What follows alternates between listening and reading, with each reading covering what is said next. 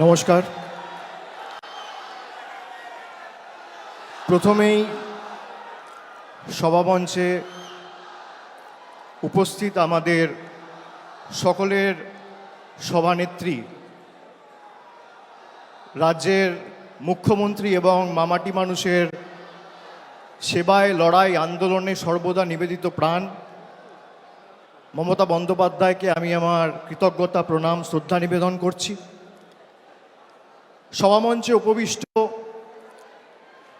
প্রত্যেক নেতৃবৃন্দ যারা রয়েছেন, বিধায়ক, সাংসদ, মন্ত্রী থেকে শুরু করে তৃণমূল কংগ্রেস সমর্থক যারা এসছেন, উত্তরের একদম কুচবিহার থেকে শুরু করে দক্ষিণের কাকদ্বীপ অবধি সর্বস্তরের নির্বাচিত জনপ্রতিনিধিরা রয়েছেন, ব্লকের সভাপতিরা রয়েছেন, শাখা সংগঠনের দায়িত্বে যারা রয়েছেন তারা রয়েছেন, পুরসভার কাউন্সিলররা রয়েছেন, টাউন প্রেসিডেন্টরা রয়েছেন, শাখা সংগঠনের প্রধানরা রয়েছেন। আমি সকলকে আমার অন্তরের অন্তঃস্থল থেকে কৃতজ্ঞতা জানাচ্ছি, প্রণাম জানাচ্ছি। শান্ত থাকুন প্লিজ, শান্ত থাকুন, ডিসিপ্লিন মেনটেন করুন। আপনারা শান্ত হন, শান্ত হন, বসুন, শান্ত থাকুন। আমি প্রত্যেককে আমার শ্রদ্ধা, কৃতজ্ঞতা, প্রণাম জানাচ্ছি। অনেক দিন পর আপনাদের সকলের সাথে দেখা হলো। দুর্গাপুজোর পরে, কালী পুজোর পরে উৎসবের মরশুম কেটে গেছে, নতুন বছর পড়েছে। আপনাদের মধ্যে অনেকের সাথেই আমার দেখা হয়নি। আজকে আপনারা এই দলের সর্বস্তরের যে কর্মী সভা, এই কর্মী সভায় উপস্থিত হয়ে আমাদের কথা শোনার জন্য এসছেন এবং সর্বোপরি আমাদের নেত্রী মমতা বন্দ্যোপাধ্যায়ের নির্দেশ মননে গ্রহণ করে বাস্তবে রূপায়ণ করার জন্য আপনারা অনেক দূর দূরান্ত থেকে এসে পৌঁছেছেন। কিছু নেতাকর্মীদের সাথে আমার হয়তো হোয়াটসঅ্যাপে বা মেসেজে শুভেচ্ছা বিনিময় হয়েছে, শুভ বিজয়ার, নতুন বছরের, দীপাবলির, কিন্তু এই প্রথম আপনাদের সাথে পুজোর পরে, উৎসবের পরে দেখা হলো। আমি সকলকে নতুন বছরের শুভেচ্ছা জানাচ্ছি এবং গতকাল শিবরাত্রি গেছে, শিবরাত্রির সবাইকে আমি শুভেচ্ছা, অভিনন্দন এবং প্রণাম জানাচ্ছি। আপনারা যদি ভেবে দেখেন, আজ থেকে ঠিক 1 বছর আগে, আজকের তারিখটা হচ্ছে 27শে ফেব্রুয়ারি, আজ থেকে ঠিক 1 বছর আগে 27শে ফেব্রুয়ারি 2024 সালে বাংলায় কি পরিস্থিতি ছিল এবং কিভাবে বসিরহাটের একটা ঘটনাকে কেন্দ্র করে সারা ভারতবর্ষ জুড়ে বাংলাকে কলুষিত এবং কালিমালিপ্ত করার যে ঘৃণ্য চক্রান্ত ভারতীয় জনতা পার্টি, সিপিএম, কংগ্রেস এবং সংবাদ মাধ্যমের একাংশ রচিত করেছিল, তার যোগ্য জবাব বাংলার প্রায় 10.5 কোটি, 11 কোটি মানুষ 2024-এর লোকসভা নির্বাচনে তৃণমূল কংগ্রেসকে 29টা আসনে জিতিয়ে দিয়েছেন। বিজেপির 18টা আসন ছিল। অহংকারের কারণে, বাংলার মানুষকে বঞ্চিত করার কারণে, লাঞ্ছিত করার কারণে, নিপীড়িত, অত্যাচারিত, শোষিত করার কারণে 18 থেকে তারা 12-এ নেমে এসছে। তারপরেও তাদের শিক্ষা হয়নি। এখনো পর্যন্ত গরিব মানুষের টাকা বন্ধ। আমরা 2024 সালে নির্বাচন লড়ার সময় বলেছিলাম যে আমরা 3 মাস 4 মাস অপেক্ষা করব, তারপরও যদি গরিব মানুষের আবাসের টাকা কেন্দ্রের সরকার না দেয়, তাদের টাকায় আমরা বেঁচে থাকি না, তাদের দয়া দাক্ষিণ্যে বাংলার মানুষ থাকে না। রাজ্য সরকার নিজে সেই 12 লক্ষ মানুষকে টাকা দিয়ে তাদের বাড়ি করার ব্যবস্থা করে দেবে। রাজ্য সরকার কথা দিয়েছিলেন, আমাদের মুখ্যমন্ত্রী সেই কথা রেখেছেন। 31শে ডিসেম্বর 2024-এর আগে 12 লক্ষ মানুষকে বাড়ির প্রথম কিস্তির টাকা সরাসরি ডাইরেক্ট ব্যাংক ট্রান্সফার করে তাদের অ্যাকাউন্টে পৌঁছে দিয়েছেন। আমরা বলেছিলাম 100 দিনের লড়াই আমরা দিল্লি অবধি নিয়ে যাব, তারপরও যদি বিজেপি টাকা না দেয়, আমাদের মামাটি মানুষের সরকার আমরা বিকল্প অর্থের ব্যবস্থা করে সেই 59 লক্ষ জব কার্ড হোল্ডার প্রকৃত প্রাপক যারা তাদের টাকা তাদের ব্যাংক অ্যাকাউন্টে পৌঁছে দেব। নির্বাচন ঘোষণা হওয়ার আগে কলকাতার রেড রোড থেকে মমতা বন্দ্যোপাধ্যায় ঘোষণা করেছিলেন যে আমরা এদের দয়া দাক্ষিণ্যে বেঁচে নেই। অনেক লড়াই করেছি, আন্দোলন করেছি, এদেরকে রাজনৈতিকভাবে হারিয়েছি, আর এদের কাছে আমরা মাথা নত বা বশ্যতা স্বীকার করব না। আমাদের মামাটি মানুষ সরকার এই 59 লক্ষ প্রকৃত প্রাপককে 100 দিনের টাকা তাদের ব্যাংক অ্যাকাউন্টে পৌঁছে দেবে। আমরা দিয়েছি, কিন্তু আমার কোথাও যেন মনে হয়েছে নির্বাচন গেছে, তারপরও একের পর এক ষড়যন্ত্র হয়েছে এবং আমাদের দল সর্বোপরি এই রাজ্য পশ্চিমবঙ্গকে ছোট করার একের পর এক ষড়যন্ত্র চক্রান্ত পরিকল্পনা করেছে। যত পরিকল্পনা হয়েছে তত এরা মুখ থুবড়ে পড়েছে। আপনারা দেখেছিলেন সন্দেশখালি থেকে শুরু করে আরজিকর থেকে শুরু করে কিভাবে পশ্চিমবঙ্গকে সারা দেশের কাছে এরা ছোট করেছিল। এদের গায়ে জ্বালা কি যে বাংলার মানুষকে এরা ভুল বোঝাতে পারেনি। এরা বাংলাকে গুজরাট, উত্তরপ্রদেশ, মধ্যপ্রদেশ করতে পারেনি। যতদিন আমরা আছি তৃণমূল কংগ্রেসের লক্ষ লক্ষ কোটি কোটি কর্মী সমর্থকরা আছে, আমরা বুকের রক্ত দিয়ে বাংলাকে আগলে রাখবো। বিজেপির কাছে সব থাকতে পারে, ইডি আছে, সিবিআই আছে, বিচার ব্যবস্থার একাংশ আছে, সংবাদ মাধ্যম আছে, লক্ষ লক্ষ কোটি কোটি টাকা আছে, ইলেকশন কমিশন আছে, ইনকাম ট্যাক্স আছে, কিন্তু তৃণমূল কংগ্রেসের মতো বুকের রক্ত দিয়ে দলকে আগলে রাখার মতো একটা কর্মী এরা 10 বছরে তৈরি করতে পারেনি। এটাই আমাদের আর তাদের মধ্যে পার্থক্য। ইতিমধ্যেই আপনারা দেখেছেন ভোটার লিস্টের কাজ হয়েছে নভেম্বর ডিসেম্বর মাসে। আমি এমএলএ সহ ব্লকের সভাপতি যারা আছে তাদেরকে বলবো কোথাও আমাদের কাজে যেন কোনো রকম শিথিলতা না আসে। তার কারণ বিজেপি যে করে হোক কিভাবে বাংলাকে কলুষিত করেছে আপনারা বিগত দিনে দেখেছেন। আগামী 26-এর লড়াইয়ের জন্য আমাদের প্রস্তুত থাকতে হবে। আমরা যতবার লড়েছি এদেরকে গোহারা হারিয়েছি। আমাদের লক্ষ্য, মমতা বন্দ্যোপাধ্যায় গত মাসে বিধানসভা থেকে বলেছে 2/3 বেশি আসন নিয়ে তৃণমূল ক্ষমতায় আসবে। 2/3 মানে 195 বা 196টা আসন। আমি আপনাদের বলবো আমরা 214টা আসন 2021-এ পেয়েছিলাম।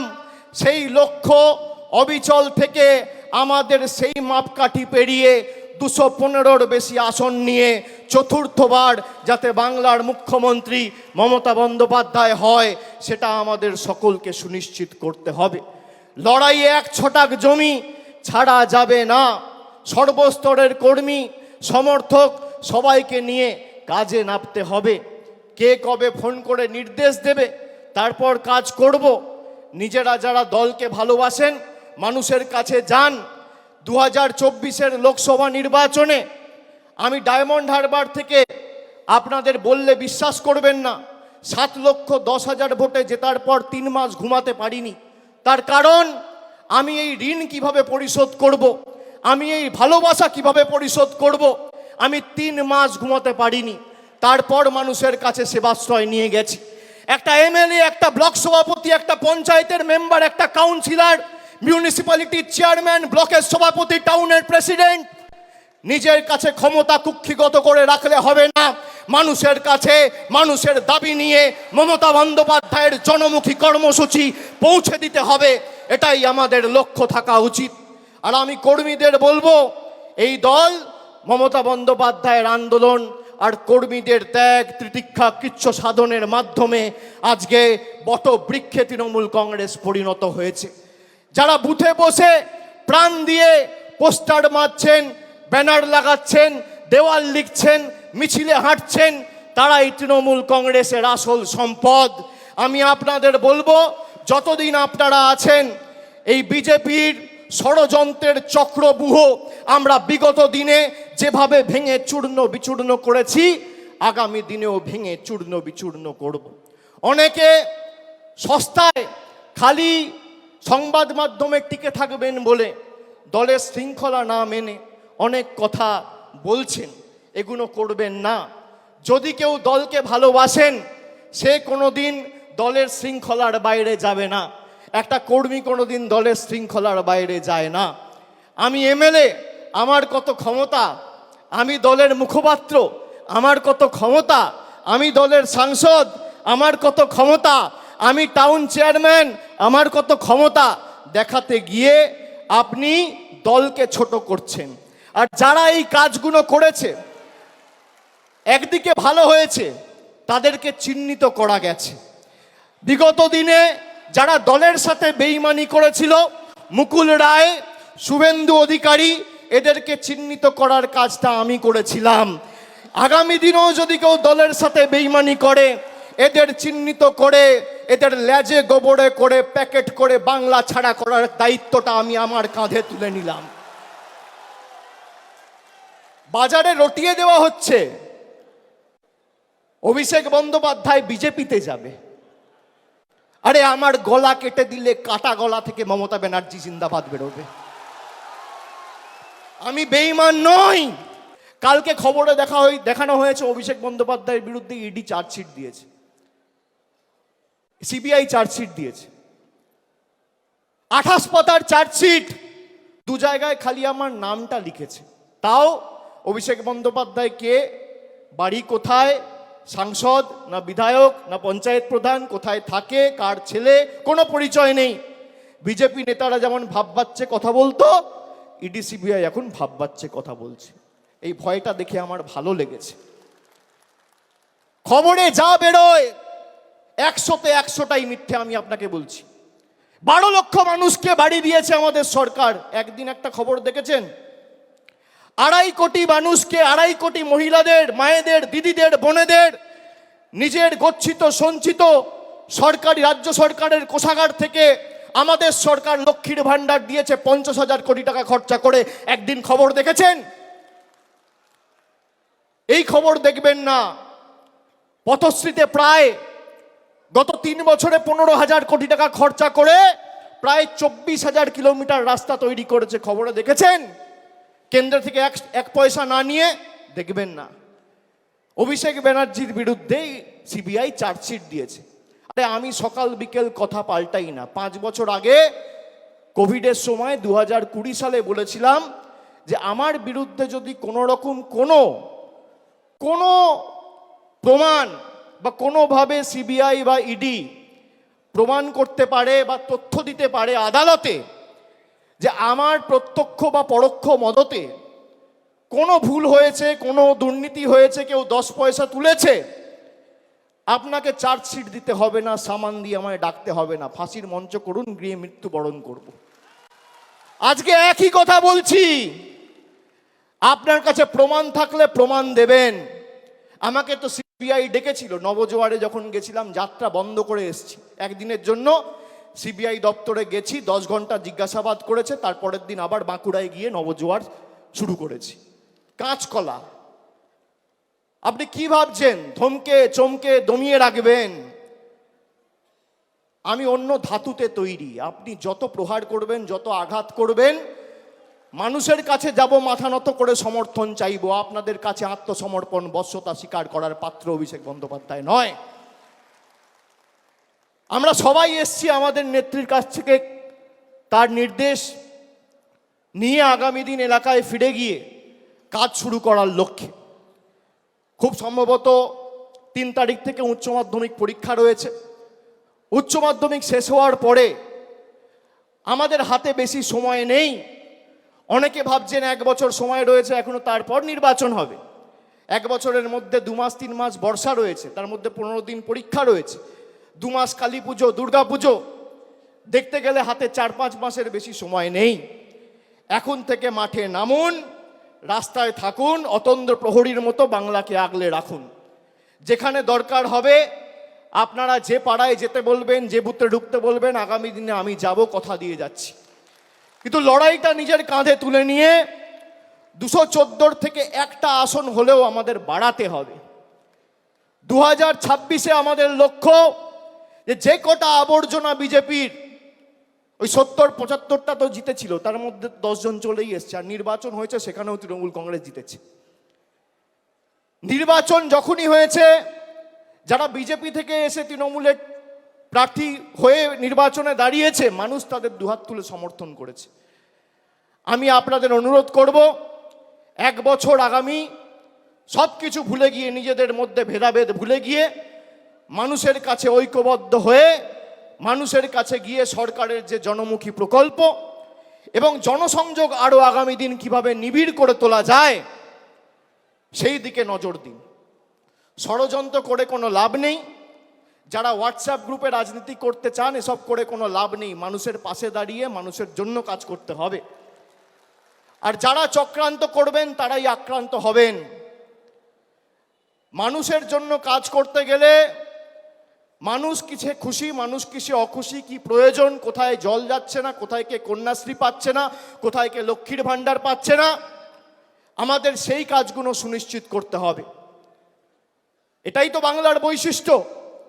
নানা ভাষা, নানা মত, নানা পরিধান, বিবিধের মাঝে দেখো মিলন মহান। বৈচিত্র্যের মধ্যে একতা। আমরা বারবার সেই বৈচিত্র্যের মধ্যে একতাকে মূলমন্ত্র এবং পথ চলার পাথেয় করেই লড়াই লড়েছি, আগামী দিনও লড়ব। এক চুল এক ছটাক জমি বিজেপি সিপিএম কংগ্রেসকে ছাড়ব না। এদের যত ক্ষমতা আছে প্রয়োগ করুক, মানুষের সমর্থন নিয়ে তৃণমূল কংগ্রেস আগামী দিন 215-র বেশি আসন নিয়ে ক্ষমতায় আসবে, এই বিশ্বাস আমি রাখি। আমি বক্তব্য দীর্ঘায়িত করব না। আপনাদের সকলকে আরেকবার কৃতজ্ঞতা, প্রণাম, অভিনন্দন, শ্রদ্ধা জানিয়ে আমার বক্তব্য শেষ করছি। জয় হিন্দ, বন্দে মাতরম, জয় বাংলা।